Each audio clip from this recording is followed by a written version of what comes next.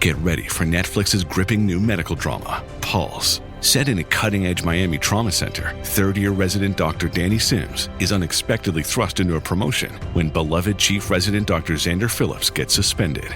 Then, with the emotional and physical stakes at their highest, a storm will push the hospital and its residents to their limits. Witness how life can change in a heartbeat when you're operating under pressure. Watch Pulse, only on Netflix. Today on CityCast Boise. The legislative session finally ended, but the dust definitely hasn't settled. From a sweeping ban on DEI at our public universities to a law that cuts off state-funded healthcare services for undocumented Idahoans, we're unpacking the implications for our state. Plus, we settle our end-of-year session bet and daydream about how we'd rewrite the State House rules. It's Tuesday, April 8th. I'm Lindsay Van Allen, and this is what Boise's talking about.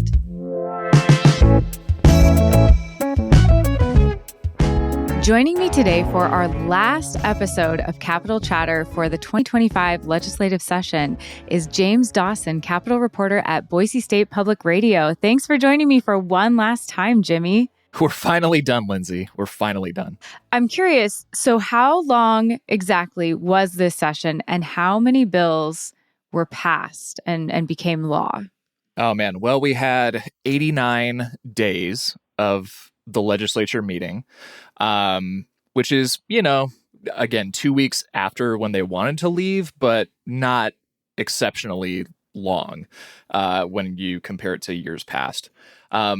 I don't have the number of bills or laws in front of me that were signed, but I can tell you that the new proposals that were printed this year totaled 1,036, which is far and above any other year in the past 5 or 6 years. If you want to add in any sort of changes, amendments, or like what they call engrossments, where they, add in the amendments to the original pieces of legislation, then we're talking about nearly 1,400 different things there. So pretty substantial. It was a lot to keep straight in our minds, and I can't even imagine what that would be like for someone whose full-time job isn't to pay attention to this. Yeah, wow. That is an exceptional number of bills, some of which we will talk about today that have in fact become law.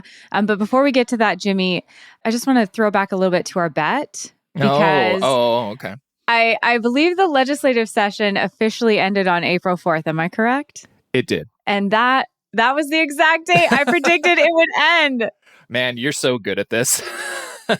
Okay, so what? Do I owe you a beer? Do I owe you ice cream? What's your what's your winning prize? Just how the legislative session went, I think it's going to have to be a beer. But okay. But what's your recommendation for a post-legislature beer? Oh, that's a great question. I don't know off the top of my head. Something strong, something incredibly strong. So I would imagine something at Barbarian would probably be, fitting that bill very well. Okay, sounds good. We'll figure out a time, but let's plan on Barbarian because I won the bet, but we all lost, quite frankly, with how this session went. So we'll do our best. All right. Well, first topic that I want to get to is House Bill 135. Now, this was signed by the governor, so it will become the law. And this was a bill that would limit access for unauthorized immigrants seeking immunization or tests for communicable diseases, treatment for communicable diseases, and notably prenatal care and postnatal care. Jimmy, what stood out to you with all the debate surrounding this bill and its impact on Idaho? Yeah, it was kind of the debate that you would expect, right? Where you had supporters of the bill saying, why should our taxpayer dollars go toward people who are in the country illegally versus maybe diverting that money towards United States citizens, right? Meanwhile, you had opponents saying, well, this is since it's not a secret that Christianity is the predominant religion in the Idaho legislature, is this what Jesus would have done to those who are A, less fortunate, and B, also like kind of on the margins of society, right? And kind of grappling with that. So you really only had a handful of Republicans vote against it, joining Democrats in both the House and Senate. Mostly it was a pretty easy vote, I would say, for a lot of people, if you just take into account their party affiliation. Something that stands out to me, because I was kind of curious about this, I looked up, other countries and what they do with their migrant population. And a lot of the time, they also just have access to emergency medical benefits. I think the only country in the world that I could find that offers universal healthcare to migrants is Thailand. So not even maybe the European socialistic democratic nations that we might think of. Those countries are actually pretty tightly regulated when it comes to receiving benefits provided by taxpayers of those nations. A lot of the unauthorized immigrants in the US pay taxes. And so they are part of the taxpayer population. In other countries, do you know, are they also taxed and then not receiving services, or does that work differently? I'm sure it's different in every country. Right, exactly. I don't know specifically with Europe. I did see Thailand was considering increasing the amount that migrants are taxed to pay for their healthcare, which currently, or at least as of like a month or two ago, was not as much as Thai citizens pay for their portion of their universal healthcare system. So that certainly is a possibility. And I think that that's definitely an argument that they could have. Not that it would necessarily play well in court, but you could argue, well, I pay taxes. Why shouldn't I, receive some benefits, even though they are in the country illegally? So, I mean, that's something certainly to weigh. I thought it was an interesting group of people who came out against it. Besides the Dems and a handful of Republicans, the Idaho Dairymen's Association came out against this bill, the Food Producers of Idaho, and Mormon Women for Ethical Government all wrote letters in opposition to this bill. And each letter was a little different, but, mentioning the risk of communicable diseases, the risk of lower vaccination rates. I mean, Idaho is already known within the US to have pretty low vaccination rates overall. And, we've had some disease outbreaks. There are disease outbreaks happening. There's the measles outbreak happening in Texas. And so that's not a small risk that we're taking by self-selecting this entire group of people and saying, we're not, one, going to test you for communicable diseases. We're not going to treat you for communicable diseases. And we're also not going to vaccinate you. Like, as a nurse, the public health concern of that is very, very, very concerning for me, especially with this group that deals with so much of our food and our food production in this state. Yeah, and I'd be curious to see just how many, unlawful immigrants are actually taking advantage of this sort of benefit that they have up until July 1st when the law takes effect, right? Because they can't track or ask you what your, legal status is in the country, right? So we don't really have good data on, are we getting a ton of people going in for vaccinations or pre and postnatal care, things like that. Also, when I did hear about the food producers and dairymen's associations coming out against it, I immediately thought, do they provide healthcare benefits for their employees? I don't know the answer to that question, but it's something that they could potentially take more of a responsibility in, for sure. No, that's definitely a good point, that if you know that your employees need access to healthcare, that should be something that they then have access to. Jimmy, I'm curious your take. The Idaho Republicans love to pride themselves on being a, quote, pro-life state. They believe life begins at conception. And I guess it seems a little hypocritical then that they don't want to provide prenatal care if that, quote, life that began at conception is within an authorized immigrant's body. What was the Republican stance on that for this state that wants to restrict access to reproductive care, but then doesn't want to provide prenatal care to someone who's an unauthorized immigrant?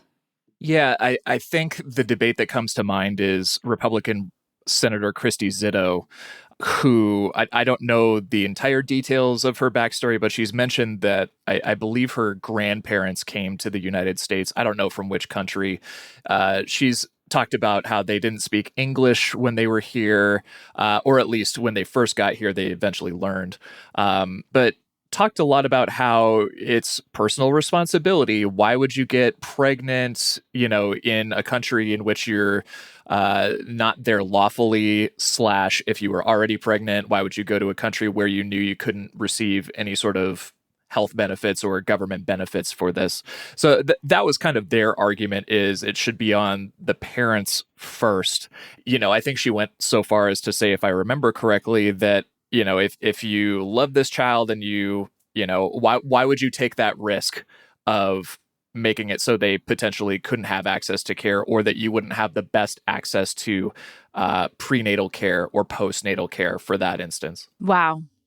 Just my own personal take as a nurse who's taking care of NICU babies who were there because they didn't have access to prenatal care, and that does heavily impact the outcomes for lots of parents and babies. That, again, this is my own personal opinion.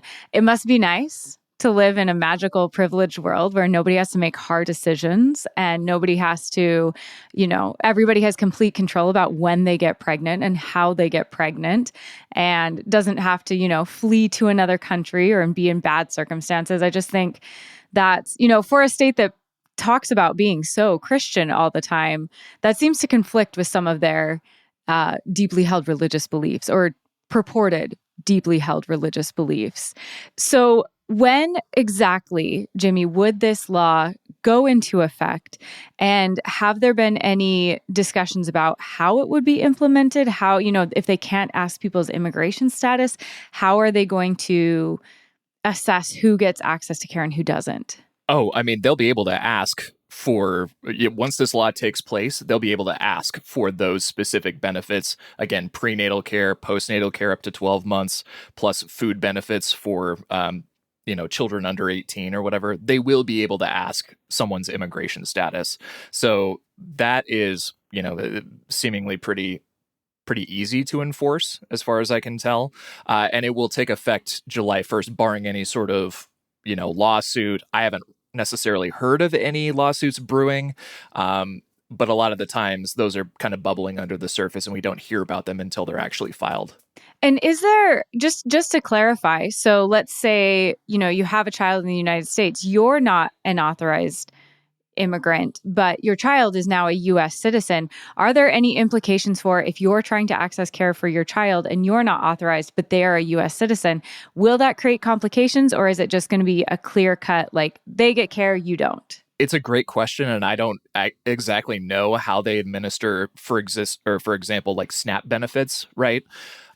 Where if the onus is on the person receiving the benefits, that they can do it if they're a citizen because they're a minor child, right? And so a lot of the times it goes through the parent. So lots of great questions to be thinking about as we're coming up to that July 1st deadline.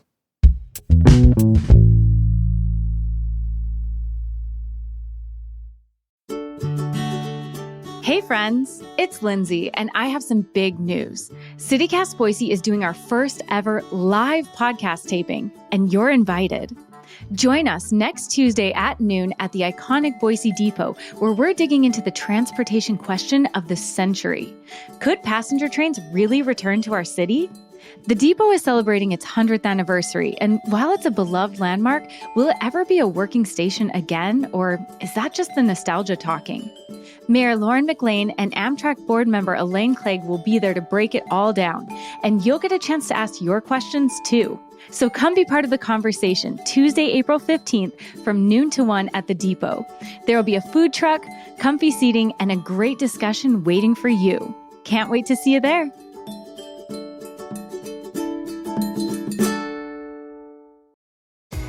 This episode is brought to you by Temptations Cat Treats. Your cat will come running for the perfectly irresistible Temptations Creamy Puree and Temptations Lickable Spoon Cat Treats. The best time to feed lickable cat treats to your cat is anytime. feed by hand for a playful moment, in a bowl for a creamy treat, or as a topper to make mealtime fun. Visit temptationstreats.com to learn more.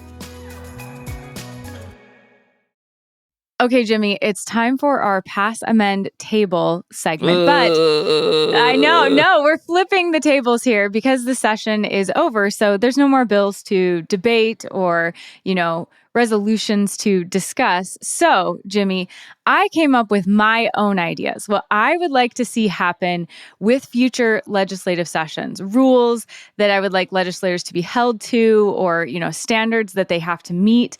And so I'm going to read you each of them, and then you have to decide, would you pass that, would you amend it, or would you table it? Okay. All right. Let's see what you got. All right. So my first one is that each legislator, this speaks to how many bills there were. Each legislator would get a maximum of 3 bills that they can sponsor or co-sponsor each session. Second, the legislature only meets every other year, like Nevada, Montana, like those states. And on the interim years, they'll only meet for 2 weeks to pass a budget, but no other legislation can be passed. And then finally, before you can introduce a bill that would affect a particular group or profession, you have to spend 1 week shadowing that group, matched at random. So you don't get to pick your friend. You're matched at random with someone, and then you have to shadow them for a week. So OBGYNs, college professors, undocumented immigrants, the trans community, librarians, teachers, etc. So, Jimmy, what would you pass? What would you amend? And what would you table? Boy, okay. These are fantastic. Really making me think. I would probably pass the shadowing rule. And ideally, they're kind of supposed to do sort of something like this, right? Where you're supposed to kind of bring people to the table who are, I hate the word stakeholders, but that's like the government jargon, dumb term that we talk about all the time. So you got to bring all the people who would be affected to the table, see how it might affect them, and what kind of unintended consequences might come from this. There have been plenty of examples. It comes up not infrequently during, I would say, less fiery social bills, where you have lawmakers who are in support of the idea basically vote against a bill if the sponsor did not reach out to a particularly affected group. And I think that's, that seems like a reasonable thing. Maybe not a full week, but I can't amend this. So, at least some sort of time period where you get to see how things actually work process-wise. And I think that people would get a whole lot more clarity and, what do I want to say, perspective on these sorts of issues. I think you would probably need to make the legislature full-time, or at least pay them more to offset those sorts of things. But that's neither here nor there. I would table meeting every other year. Oh, really? Yes, because I think that the Idaho legislature, I mean, most legislatures do this anyway, but it's like the Idaho legislature passes or considers a whole lot of proposals, right? Many of them become law. We have a compressed timeline anyway with the 3 months that we typically try to shoot for. And I think that we see this year in, year out. There are often bills that get passed that might have been drafted, over the course of a couple days, maybe a week or something, and unintended consequences happen, right? We saw this with the Parental Rights Act last year that was supposed to get fixed this year and then didn't at the last minute, where you have doctors not being able to care for children without parental consent in non-emergency situations.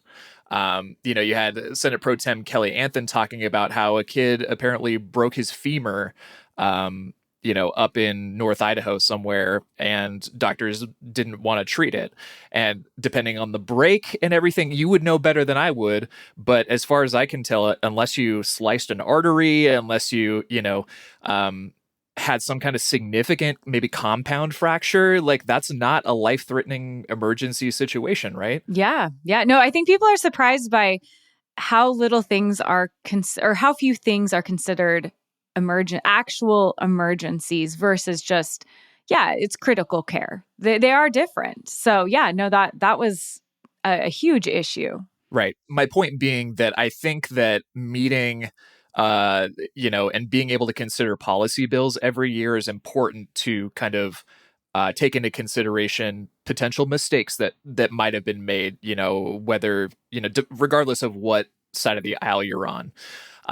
As for amending, maximum of 3 bills, I really hate to say this, but I think that 3 bills aren't enough. Really? Okay. I don't. People might have just groaned, Jimmy. I'm sure.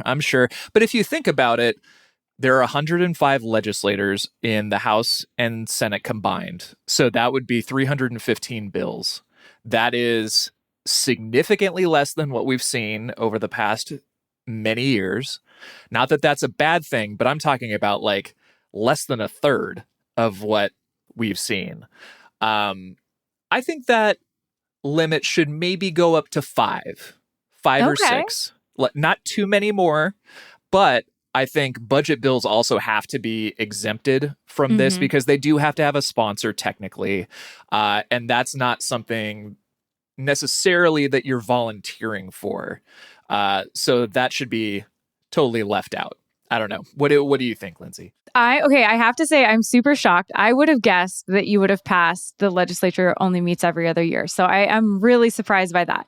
But I like your amendments. I could compromise with that. I think 5 or 6, and then budget bills are excluded because nobody's going to volunteer to be the sponsor if they only have a limited number of bills that they can sponsor or co-sponsor. So I was really excited about this, and it didn't go how I thought it was going to go. So that was kind of fun and interesting. TaxAct knows small business owners can sometimes use a little help with their taxes. That's why TaxAct has Expert Assist, a team of live tax experts ready to answer any questions you may have. Think of them as your own personal sidekick. Not like one of those funny talking animal sidekicks, more like the super smart nerding out on tax code and business casual attire sidekick, but just as helpful and lovable. TaxAct. Let's get them over with. Oh my God, it's the coolest thing ever. Hey guys, have you heard of Goldbelly? Well, check this out. It's this amazing site where they ship the most iconic, famous foods from restaurants across the country, anywhere nationwide. I've never found a more perfect gift than food. They ship Chicago deep dish pizza, New York bagels, Maine lobster rolls, and even Ina Garten's famous cakes. Seriously. So if you're looking for a gift for the food lover in your life, head to goldbelly.com and get 20% off your first order with promo code GIFT. Okay, Jimmy, another bill that I definitely want to talk about, bill turned law because the governor did sign this one, is Senate Bill 1198. And this has been, colloquially called the DEI law. And it impacts DEI, or, diversity, equity, inclusion within public universities in Idaho. And what kind of things they can teach and how that's implemented. It is kind of a broad law. And so, bill turned law. Jimmy, what from this were maybe the main points that proponents were making, or how do they want to see this implemented in Idaho? So many bullet points to talk about because it's a very complicated and inclusionary of a lot of different concepts, right? Yeah. So we're talking no preferential hiring or admittance for students based on someone's, immutable characteristics. No DEI offices or officers hiring. No required diversity trainings. Can't require a student to take a DEI flavored course. So, in the case of Boise State University, none of those 100 level classes or whatever that every student is required to take to graduate, right? You can still have these classes, but they cannot be required. And degree programs focusing on these concepts, like if you're a gender studies major or whatever, those are exempt because you are voluntarily taking those. If any of this is violated, the Attorney General can seek civil penalties equaling 10% of that particular division's operating expenses or $50,000, whichever is greater. Wow. So those are a lot of the big bullet points. Do you want me to go through all of the things that they listed in terms of what they define DEI as? Because it's a lot, and I think, I don't know, some of them people would quibble with. Yeah. Oh, yeah. Let's really get into the nitty gritty because I have, as a fairly recent Boise State grad, I have some thoughts about this. So yeah, let's get into some of the details. Okay, this is going to be a long list. Let's do it. Concepts of unconscious or implicit bias, microaggressions, internalized racism, cultural appropriation, structural equity, settler colonialism, group marginalization, systemic oppression, social justice, institutional or systemic racism, white fragility, racial privilege, disparate impact, intersectionality, sexual privilege, patriarchy, gender theory, queer theory, neopronouns, transgender ideology, misgendering, othering, dead naming, heteronormativity, and allyship. And that is not an exhaustive list, but those are the ones specifically laid out in the bill. I have so many thoughts about all of these. First, I want to get into maybe a real world example that I am quite concerned about as a nurse. I went to nursing school at Boise State, and not every class, but in segments of classes within the nursing program, we had to learn about how to care for people of different races and ethnicities and cultural backgrounds. Just a really basic example, a way to check to see if somebody is oxygenated. A way to check to see if someone is oxygenated is called cap refill. And so for a person who has a really light skin tone, you'll just press on their fingertips. That doesn't work for someone who has more melanin or someone who is Black. You have to do it a different way. And so you need to be taught to do it a different way to accurately and safely assess them and make sure that they're doing well. And so I know that's just for nursing. There are other things for, like ICOM and, different programs, different medical programs, different pre-med programs where there are cultural differences that you need to know about. If you see a child who's had, cupping, and that's a cultural thing that their family does, it's not abuse. Don't call the cops. Like, there's just so many different things that were integral and important in my nursing program that it was essential. We talked about differences in how care is administered to people of different races or cultures, and to be aware of that and to make sure that we're not perpetuating that. And I mean, it seems like under this law, that will not be allowed because those were required courses in the nursing program. I would be interested to know, just based off of that giant list that I just, breathlessly explained, I don't see that necessarily applying to any of those, but if you broadly read the law, maybe it would apply to that. It's a great question to ask going forward for sure. I don't necessarily see that, again, being part of it, but it certainly could be, and it could be a threat. I don't know. Yeah, no, it was definitely because there were lots of conversations about implicit bias, because there have been studies that show nurses will assess Black patients less thoroughly. So, we had conversations about like, check twice, do it again, because things get missed more often for Black patients, or like Black women have horrendous maternal mortality rates in this country. And so again, like in those care situations, check twice, do it again, check double, which I think could, if somebody really wanted to make a stink and talk about implicit bias, or I just think that there's so many things that if somebody wanted to, they could make a stink about it. And now the Attorney General will be getting involved. Yeah, implicit bias for sure. That part would be in there, or that, women have a higher pain tolerance than men do, all of these things, right? an example that got brought up on the floor, I don't remember who said it, but mentioned that one of his constituents' daughters went to dental school and was having to learn oral hygiene for LGBTQ people or whatever as, throw your hands in the air. Oh my gosh, their teeth, what do they care? Things like that. I guess what I'm so hung up on is it's the legislature telling universities what they can and can't talk about. Like, I thought the whole point of universities was to teach people how to think or to expose these young adults to new ideas, new ways of thinking so that their concept of the world grows. And are we so afraid of all these different ideas that now we have to crack down on what colleges can teach? Well, I mean, they say that absolutely academic freedom is important to them and that that will still exist. It just cannot be forced. And I think that they fundamentally believe that a lot of these concepts and ideas are flawed at best and completely destructive to society at worst. And that's what they're trying to prevent. Well, Jimmy, it was a session. It happened. It's over now, I guess. I guess we're going to find out over the coming months and years what the implications of some of these laws are and how they impact education, health within the state of Idaho, our unauthorized immigrant populations.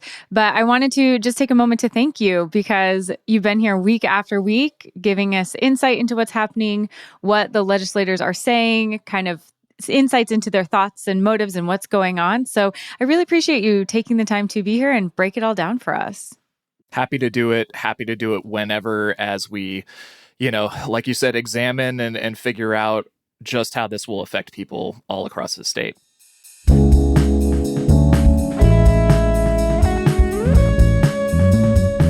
That's all for today here on CityCast Boise. If you enjoyed the episode, don't forget to tell your friends about the show. We'll be back tomorrow morning with your guide to running in Boise. See you then.